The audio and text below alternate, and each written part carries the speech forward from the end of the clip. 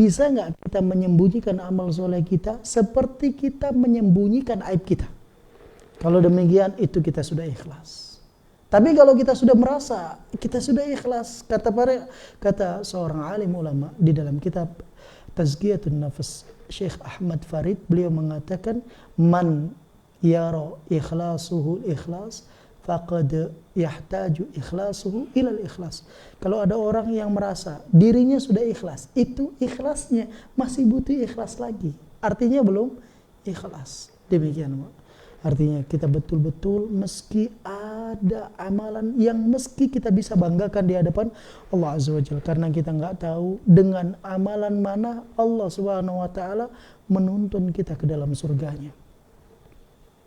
Cukuplah sebagai contoh yang kita mungkin insya Allah kita lebih mulia darinya.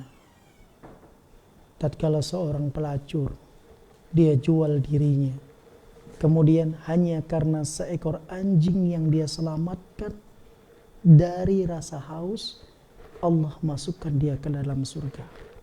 Saya yakin kita tidak lebih hina daripada pezina-pezina, dan insya Allah kita bisa menjadi lebih mulia daripada pezina.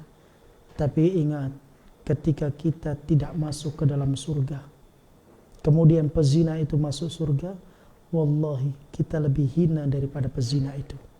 Oleh karena itu betul-betul kita harus perhatikan amal soleh kita. Ingat, kita diciptakan di dunia ini untuk ibadah.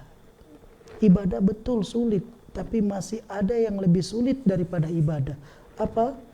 Konsisten di atas ibadah, istiqomah.